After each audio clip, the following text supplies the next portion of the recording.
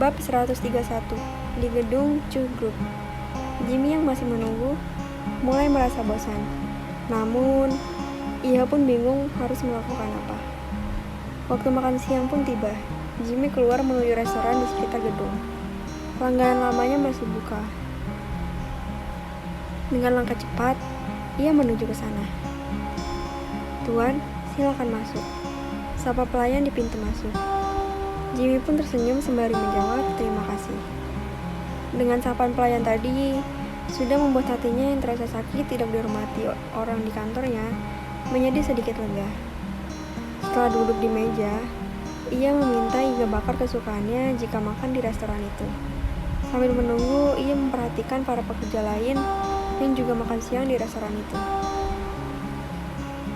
Ia tertarik pada obrolan dua orang pekerja yang sedang menyantap makanan di meja lain. Mereka berdua bergosip tentang perusahaan keluarganya. Sejak Nona Chu kembali, perusahaan menjadi kacau. Semua hasil jeripaya kita selalu minta diakui itu jeripayanya, kata seorang yang duduk belakangi Jimmy Chu. Seorang di depannya pun menjawab, "Kita hanya karyawan, jadi terima saja." "Tidak bisa begitu. Aku dengar banyak karyawan yang sudah tidak mau berusaha payah lagi untuk mencari pekerjaan karena semua percuma. Kita yang bekerja keras, ia yang mengambil keuntungan," jawab orang satunya. Jimmy mendengar sambil menyantap iga bakarnya. Yang dimaksud Nona Chu pasti Lydia, pikirnya. Setelah selesai makan siang, ia kembali ke kantor, berharap kakaknya sudah kembali.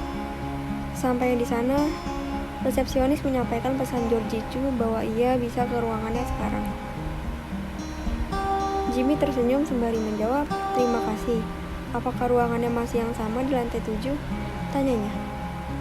Resepsionis pun tersenyum karena sikap Jimmy berbeda dengan Georgie Chu.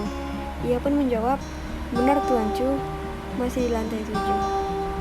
Jimmy pun tersenyum, mengangguk, lalu ia meninggalkan meja resepsionis dan menuju lift ke lantai 7. Di sana juga ruangannya jauh.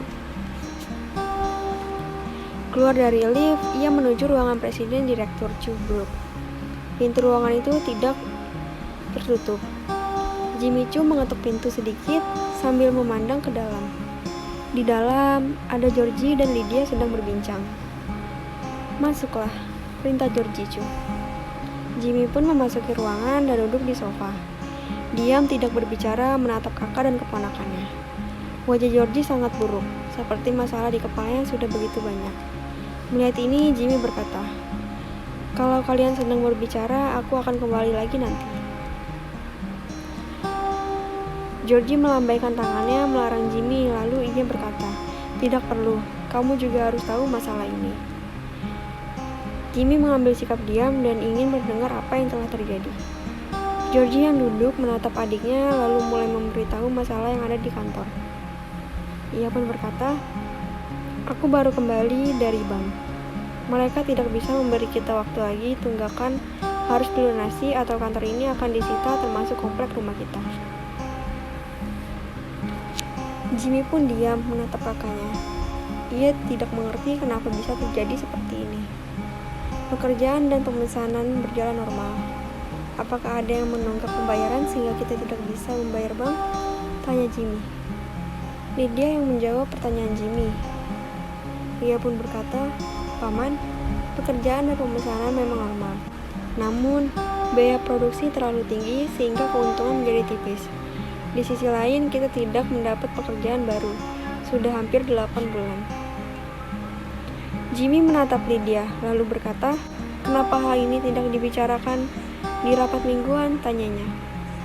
Georgie Chu menjawab, "Kami tidak ingin membuat ibu dan keluarga lain merasa khawatir." Jimmy diam dan berpikir. Lalu ia berkata, "Kakak benar, tapi juga salah. Hal sebesar ini tidak bisa kita sembunyikan dari ibu dan keluarga besar kita. Mereka harus tahu dan mencari solusinya bersama-sama." Georgie Chu mengangguk menyetujui perkataan adiknya itu. "Kapan batas waktu dari pihak bank?" tanya Jimmy Chu. Georgie menjawab segera, "Akhir bulan ini. Berarti kurang dari 2 minggu lagi."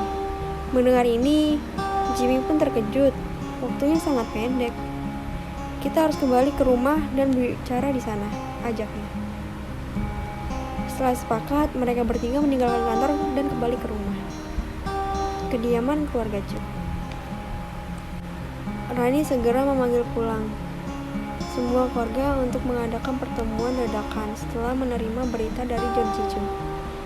Setengah jam kemudian, semua sudah hadir, termasuk Georgie dan Jimmy.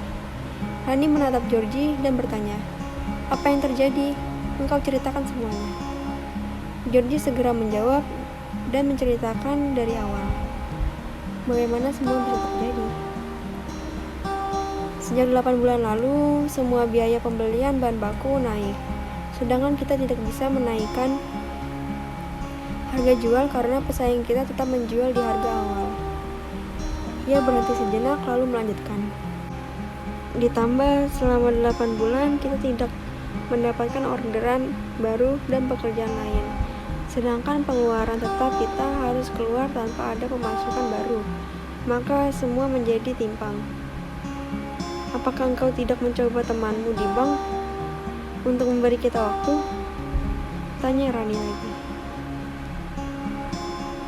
Georgie menggelengkan kepala sembari menjawab, "Sudah, namun dia tidak dapat membantu karena kebijakan berada di atas posisinya."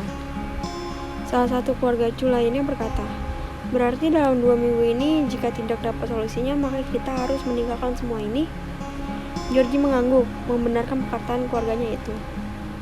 Jimmy berdiri dan berkata, "Tenang semuanya, ada solusinya.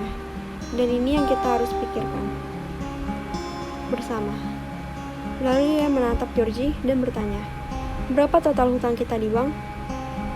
Georgie menjawab, 750 miliar. Itu belum termasuk bunga dan denda. Mungkin di total bisa 1 triliun. Jimmy mengangguk. "Berapa harga jual grup Chu?" Lydia menjawab, sekitar 3 triliun dalam kondisi normal. Jika kondisi seperti saat ini bocor, maka nilai bisa di bawah 1 triliun. Jimmy menatap wajah ibunya lalu ia berkata, "Ibu, aku sudah lama tidak ikut dalam dunia bisnis. Namun menilai kondisi saat ini hanya menjual saham perusahaan yang bisa menyelamatkan kita dari kebangkrutan. Tapi kepada siapa kita akan menjualnya? Dengan waktu 2 minggu, mencari investor baru tidak mudah," jawab Rani. Jimmy menatap semua orang lalu bertanya, "Apakah di antara kalian ada usulan?" Semua diam, termasuk Georgie dan putrinya. "Kalian berkecimpung dalam dunia bisnis. Tidak ada satupun yang memiliki kenalan investor," kata Jimmy. Lalu Jimmy menghadapkan wajahnya pada Rani dan berkata, "Ibu, aku bisa menjual saham perusahaan kepada putriku, jika engkau dan semua yang hadir setuju." Semua yang hadir kaget. Lydia menjawab, "Paman, bagaimana mungkin Cecilia memiliki uang untuk membeli saham kita? Sedangkan hidupnya saja kekurangan, terakhir berjualan di pasar A." Yang lain juga sepakat dengan Lydia. Bagaimana mungkin Cecilia dengan suami yang tak bergunanya bisa membeli saham perusahaan? Jimmy pun tersenyum sembari berkata, "Aku hanya meminta persetujuan ibu dan kalian semua. Jika setuju, maka aku akan menghubungi putriku." Rani menatap Jimmy yang terlihat serius ketika bicara. Ia sudah seperti dulu, sebelum kecelakaan, tenang dalam menghadapi masalah. "Kalau kau yakin ia bisa membelinya, maka aku akan setuju untuk menyelamatkan keluarga ini," jawab Rani. Jimmy mengambil teleponnya dan menghubungi Cecilia. Terdengar nada masuk. "Halo ayah," sapa Cecilia dari ujung telepon. Jimmy menghidupkan speaker teleponnya agar semua orang bisa mendengar. Lalu ia menjawab, "Putriku, aku sekarang di rumah bersama semua keluarga kita. Kami ingin menjual saham perusahaan sebesar 30% senilai 1 triliun. Cecilia kaget mendengar ini. "Ada apa dan apa yang terjadi?" pikirnya. Di sampingnya Anita Lu tersenyum, berbisik, "Mereka sedang ditekan oleh bank." Cecilia menatap ibu mertuanya menjawab panggilan ayahnya. "Ayah, aku bisa membeli saham itu seharga 1 triliun, tapi aku minta saham 51%. Bagaimana pendapat nenek? Bukankah ia ada di sana?" Jimmy Choo menjawab, "Semua ada di sini dan mendengar apa yang engkau sampaikan. Namun, harga pasar grup Choo 3 triliun lebih bagaimana?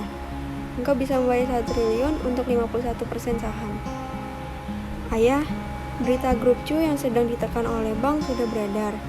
Jika ayah mencari pembeli lain, maka harga beli 100% saham hanya mencapai 1 triliun, jawab Cecilia.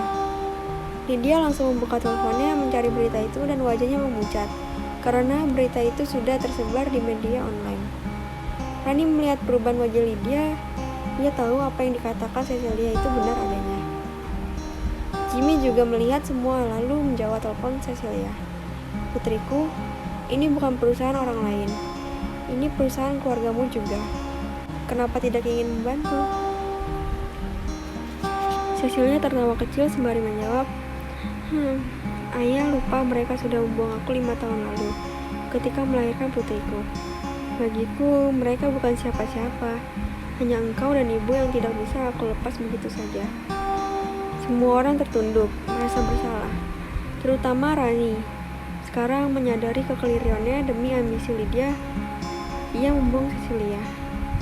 "Ayah mengerti, namun ini bukan hanya untuk keluarga Choo saja, namun untuk ayah dan ibumu," jawab Jimmy Choo.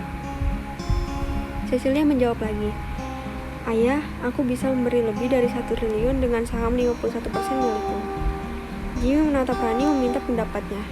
Rani tahu itu, jika dia tidak setuju, maka tidak akan ada pembeli lain yang mau di atas 1 triliun. Dengan menjual pada Cecilia, maka perusahaan masih milik keluarga Choo dan bisa menyelamatkan grup Choo dan keluarga besar Choo dari kebangkrutan. Setelah memikirkan ini, ia berkata pada Jimmy, "Minta 1,5 triliun, maka 51% saham menjadi miliknya." Cecilia juga mendengar perkataan itu dan segera menjawab, "Aku setuju dengan nenek, 1,5 triliun untuk 51% saham. Namun ada syarat lain." Jimmy menjawab dengan bertanya, "Apa syarat yang kau inginkan?" Cecilia menjawab, "Ayah, tunggakan di bank akan aku lunasi. Sisa uang dari 1,5 triliun akan menjadi tambahan modal grup Choo. Tidak ada dana yang keluar dari grup Choo dari sisa uang itu. Bagaimana?" Jimmy menatap Rani kembali. Setelah melihat Rani mengangguk kepalanya, Jimmy menjawab, "Baik, kami setuju. Kapan bisa dilaksanakan pembayarannya?" Cecilia tersenyum segera menjawab, "Ayah, minta nenek siapkan semua dokumen dan bawakan kepadaku olehmu sendiri. Setelah aku menandatangani serta menyegelkan, maka biarkan Rianti yang mengurus semua pembayaran kepada bank dan mengurus semua keuangan." "Baik, aku akan siapkan semua dokumen dan membawanya kepadamu," jawab Jimmy Choo. Hubungan telepon terputus. Jimmy menatap ibunya dan berkata, "Ibu, hanya ini yang bisa aku lakukan. Aku akan meminta pada putriku untuk mengeluarkan dana lebih sebesar 100 miliar untukmu dan keluarga kita. Sisanya untuk modal grup Choo." Rani mengangguk, wajahnya tidak berubah. Ia kecewa dengan Georgie dan Lydia. Akhirnya yang bisa menyelamatkan keluarga ini yaitu cucunya yang ia buang.